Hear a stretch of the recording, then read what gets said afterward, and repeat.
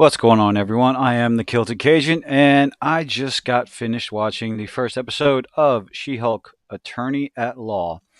And later on in the video, I'm going to get into spoilers. I'll give everyone a hefty warning before I do so. But honestly, initial thoughts, I don't think this is anything to write home about.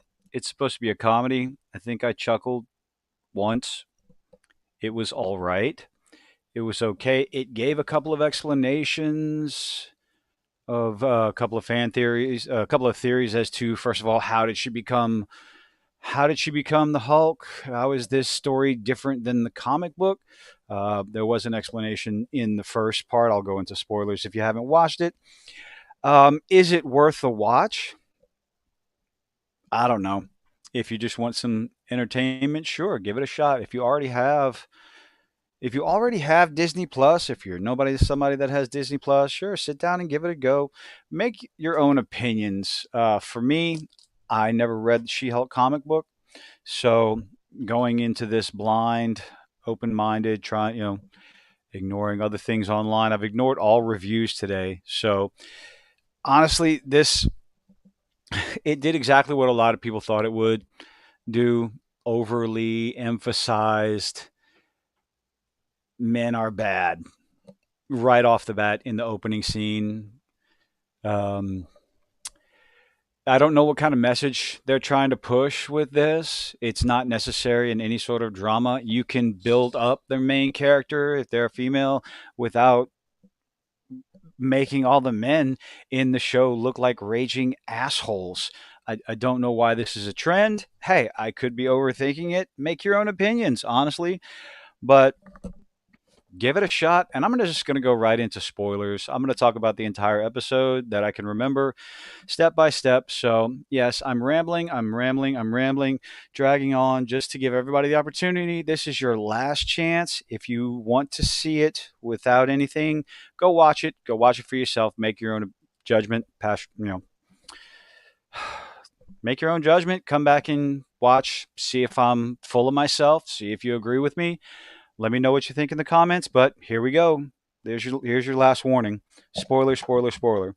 So the show opens up with Jennifer Walters doing I guess a practice closing argument. She's the representing attorney for in some sort of case. It sounds like she is the prosecutor against a superpowered individual who caused the death of some innocent people due them trying to attack someone or save someone or protecting his own property. I believe they go with it into that later on in the show. So maybe this has something to do with I guess, a reference back to Civil War when trying to hold superheroes accountable for the destruction that they caused. So that's what this one is about. And I was kind of confused. It's like, wait a minute, are they? Is this? It's easy to assume that this is a point in the story that's later on in the story. And sure enough, it does explain that. But however, as she's doing this practice closing statement, it goes to her attorney friend. I don't remember her name, but she's standing there with another guy who seems to believe he comes across as arrogant. I should be doing this. I'm better than you, with this piss poor attitude. I understand there's competition in the attorney field and the law field because everybody wants that case, but for him, it, the overblown stereotype, as usual, with just it should be me. I deserve it more than you. Uh, it's just, I don't know, getting tired. It's getting tiresome. But right as they're about to walk out, the other two, the man and the woman, they walk out, her attorney partners, and she goes back to her office, closes the door, and turns, breaks the fourth wall to the camera. And I bet you're wondering what's all going on. So we flash back, of course. Where am I? Flashback to where the story begins. We've all seen this in the trailer. Well, if you haven't seen it, the Disney Plus released a 1 minute opening to where Jennifer Walters is talking to Bruce about Captain America, and going hypothesizing that, oh, Captain America was a virgin, he died a virgin, this, that, and the other. But one of the questions a lot of people had was how Jennifer Walters became the Hulk. How did she get blood in her system if anytime when Bruce tried to, get into, make out with a handgun, the big guy just showed up and spit the bullet out. Well, they do explain it in this. He developed some sort of suppressor that keeps him human, that somehow allowed his hand to heal faster. That's it. That is the only explanation they give. One brief little 30-second, maybe a minute explanation of this. It shows this inhibitor on his arm that keeps him human, that allows him to heal faster. Don't know. So they're going back and forth, and this is actually the only moment I was watching it, and the entire time they're driving, this part in the show is the only moment she takes her eyes off the road. So calling her, irresponsible driver, it's like, distracted driver. Sorry, we're all guilty of it. Don't care. I'm not going to use that as a point to judge the piss poor the driving and the wreck, because all of a sudden this ship shows up. Even if she was paying attention, the way the ship shows up in the scene, it's directly from above. So this is going to affect anybody. I'm not going to pass judgment on that part of the scene. They go crashing off the railing, as you saw, and I think the way they did when she cuts her arm, she's crawling out of the wreckage. Somehow they live. If you watch this, it's amazing either one of them are conscious. If Bruce is staying as the Hulk, if he's forced to stay as the Hulk, and she's just a regular human being, nothing special about him, seatbelts are not. The crash that they took was an unrealistic. It's unrealistic to think that they would survive this, much less be conscious. But here we are. It's a TV show. Let's just keep the plot armor going. And when she's getting at the vehicle is upside down as she's getting out.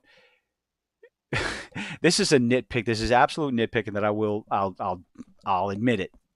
She cuts her arm in the most awkward angle that didn't seem necessary. It was intentional to show the audience that, oh, look, she cuts her arm and she goes around to save Bruce, get him out, and it shows that he's bleeding and all that other stuff. And the blood drips onto her arm. She gets infected by Bruce's blood, and it's an instant transformation. That didn't make sense to me. Could also be a nitpick, but the instant transformation didn't really make sense, but it happened. So she hulks out, runs off into the forest. Bruce starts to change a little bit. They break away from him. She goes running off into the forest, completely and totally blacks out. She wakes up middle of the night. Well, scene cuts to her laying down in the middle of the forest, waking up as normal as Jennifer Walters. Her clothes are disheveled, doesn't know where she is. Moon's in the sky. She gets up, starts walking, and comes across a busy road with happens to be a bar. Now, apparently, this is the bathroom scene that people are talking about, or the directors are talking about, that was just so empowering. They call it empowering. I call it unrealistic.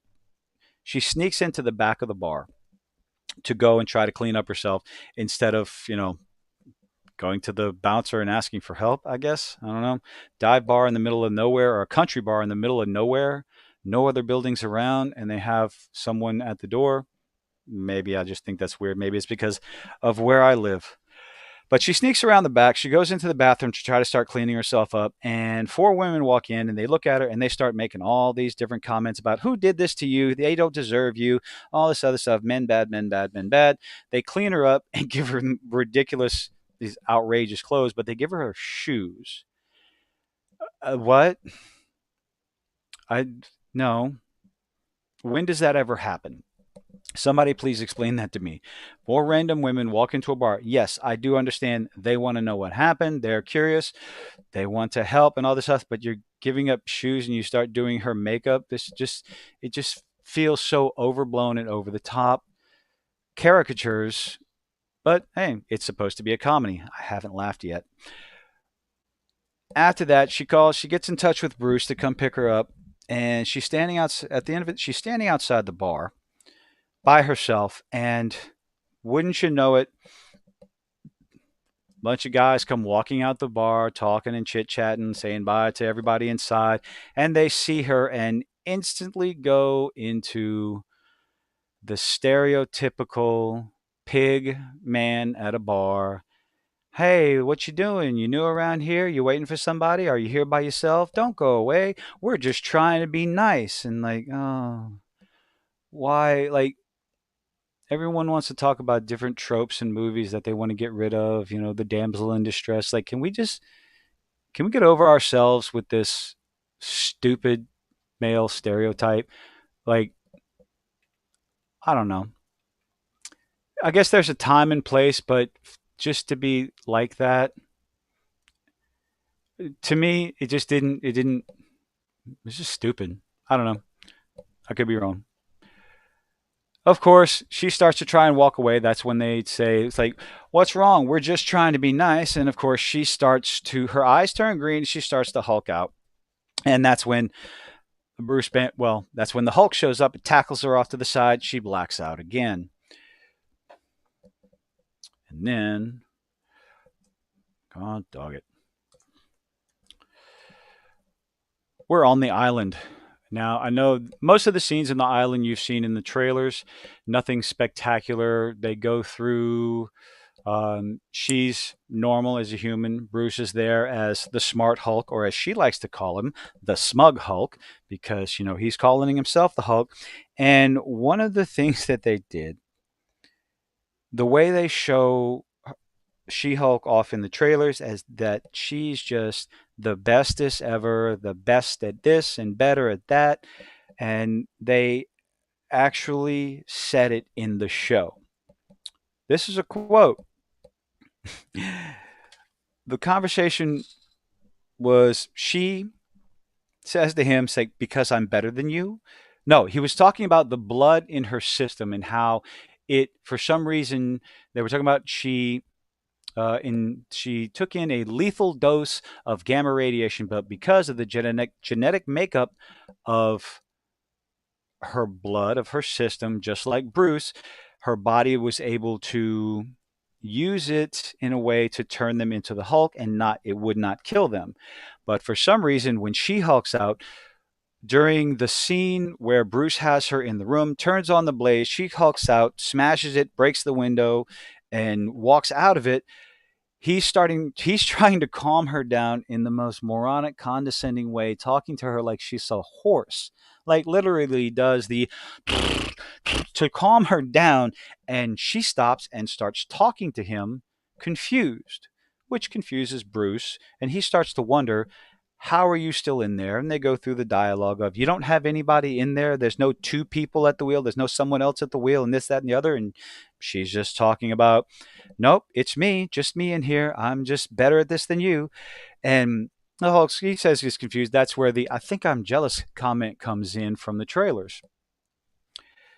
And he can't understand. He's trying to explain it. And her response is, because I'm better than you.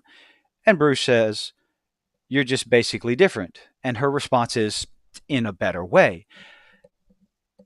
This is what people were just tired of. The whole part of, I was waiting to pass judgment on this part of the whole show. The way the trailers depict it is that she's just better at everything. She's just like infinitely better. She picks up on the balance part and the throwing rocks part and one thing after another, and being able to change at will from Jennifer Walters to the Hulk, to She-Hulk, at will. She has so much control over her abilities for whatever reason. I thought maybe there would be something in the training montage between Hulk and She-Hulk that would give some sort of explanation, but there is none. It's not there. She is just immediately better than Bruce Banner at controlling himself, controlling his emotions, and living with the Hulk. He spent 15 years, it's part of the show, he says 15 years trying to figure out how to exist, and she does it in hardly any time at all. And that's just, It doesn't make any sense. I'm sorry. The only redeeming part, halfway redeeming part, is towards the end of the the training. They end up fighting the whole rock scene. He just barely tosses one little rock, and she's all proud because she tossed her rock farther. So the Hulk picks up a bigger rock and just tosses it into the stratosphere like it was a paperweight. So that part was kind of funny. And the bickering back and forth where she tosses him off, he tosses her off the edge of the cliff and she flips him off as she's going down, as being petty and all this other stuff. And yeah, it's almost like they're cousins that they've known for a long time bickering back and forth. But the one thing I kind of liked or didn't have a problem with, at one point she's trying to leave because she's tired of being there, feeling cooped up, wants to get back to her own life. Hulk is trying to stop her and she just floors it. Okay, I didn't like this part. She hits the gas and is able to move the Hulk away with a Jeep. Like Hulkbuster armor wasn't able to do that. It wasn't able to knock him unconscious. And yes, he's smart Hulk right now. Probably not as powerful as a full blown raged out Hulk, but uh, a Jeep being able to move the Hulk, I just don't buy it. But they end up going back and forth and fighting. They he doesn't lose, but he also doesn't win. They go back and forth. He has the upper hand the whole time. Everything she throws at him, outside of one point, she trips him and tosses him, but he does not look bothered in the slightest about it. So that's a bonus. But they continue to go back and forth until the point where he, when they fall off the edge of another, they're rolling around through the forest, through the palm trees, knocking everything down, and they destroy his bar, and that's what gets them to stop fighting. They don't. No, neither one of them beat each other. They just break his bar that he built by hand. So he throws a small temper tantrum and tells her, "You're helping me fix it," and that's it. That's the training montage. I think they could have done more. I think they should have shown her struggling a lot more. Immediately going into she's the bestest ever. She's just better at this and better at everything than Bruce. He struggled for 15 plus years and was finally able to be under control. But she, just right off the bat, no big deal, no big problem. She can control it at will. She still has her faculties. It's like, I don't want to go on the tirade that shows like this are only there to denigrate men, that take the strong male character and break them down just to build the female character up. But when they do shit like this, it is so difficult not to feel that way. I don't. I want to go into something like this feeling entertained, but when it's in the forefront over and over again, it becomes difficult. It becomes tiresome. And this is supposed to be a comedy. I don't know. So, breaking ahead. So, anyway, they go back. I'm going to go ahead and do this. They go back and forth until the point where, oh, yeah, they go over the whole you can drink as much as you want, all the buzz and no barf. So, there's that. Again, all the stuff from the show. The Hulk, Bruce Banner, Hulk agrees that, if she wants to go back, she can go back. She's shown that she's just the best ever. She can control it. She can control her emotions. But hey, if she ever needs anything, she can come back. So back up to present time, back into the courtroom. And this smug little prick right there in the tie, that's the one who believes that, oh, he should be the one representing. He should be the one representing the attorney firm in this case, not her, not Jennifer Walters. And he says it again. Don't screw this up, Jennifer.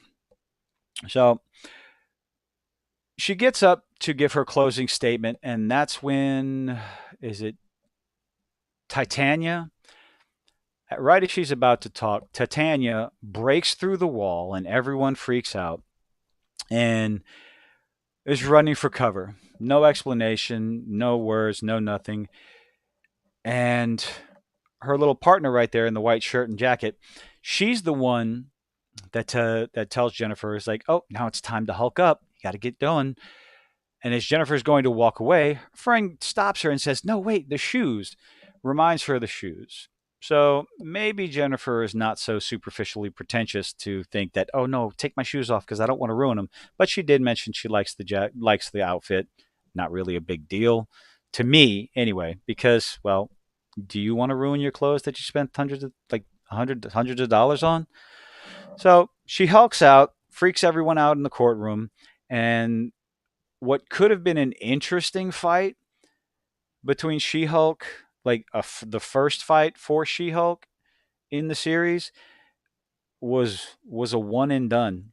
Titania goes and throws a bench at She-Hulk, and she sets it down and throws it at Titania, and then Titania rushes at her with a flying kick, which She-Hulk responds with one solid punch and knocks her out. Fight's over.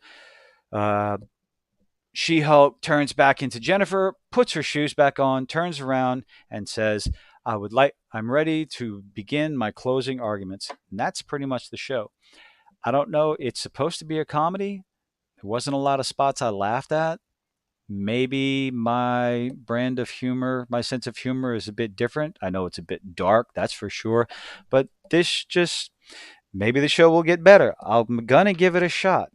I'm gonna try to keep an open mind, but if if the only thing the show is gonna do is portray the male characters as smug or as arrogant as this guy right there, one of the partners, I don't know. I don't know what I'm gonna do. It might be too much for me. And of course, after the closing credits, we go back to the island where they're drinking and supposedly trying to get drunk or whatever. We continue the conversation about Captain America. And Jennifer is sitting there drunkenly sobbing about America's ass and how could he go away in this case? How could he die a virgin and everything? And of course, just like most people thought,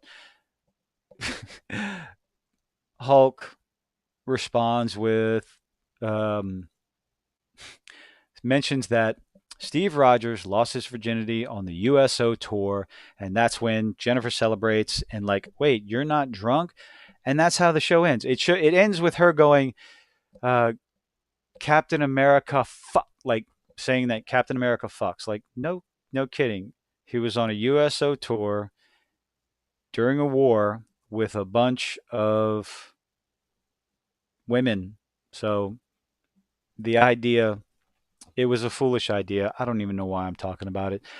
Am I going to continue watching the show? Of course I'm going to continue watching the show because I want to see what kind of for the possibility of a dumpster fire that this could be. If they continue to do the overblown stereotype of men are bad, it's going to get old. It's going to get very old very quickly. I don't have a problem with Jennifer Walters as She-Hulk so far. The CGI looks a little bit better, um, except for one particular scene where Jennifer goes downstairs and sees the Hulk standing in his laboratory. That he looked so out of place standing there. It's very noticeable.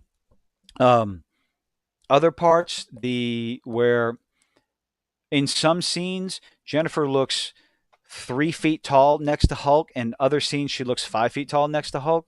Comparatively speaking, based on his size, I know Hulk is supposed to be. I don't know how tall he is. Let's say if Hulk's supposed to be 10 feet tall, there's some scenes where Jennifer looks 4 feet, some scenes where she looks 6 feet. As She-Hulk, the size is definitely a good comparison. They both look relatively the same size, but there did not seem to be any sort of consistency between Jennifer and the Hulk as far as size goes. From one scene to another, I think they could have done a better job on that. Um, I don't know. I was hoping for a little bit more. I was holding out hope for a little bit more in the series. Wait to see what the next one brings, and maybe it'll get better. but I think it'll get worse. Tell me what you think, and see you on the next one.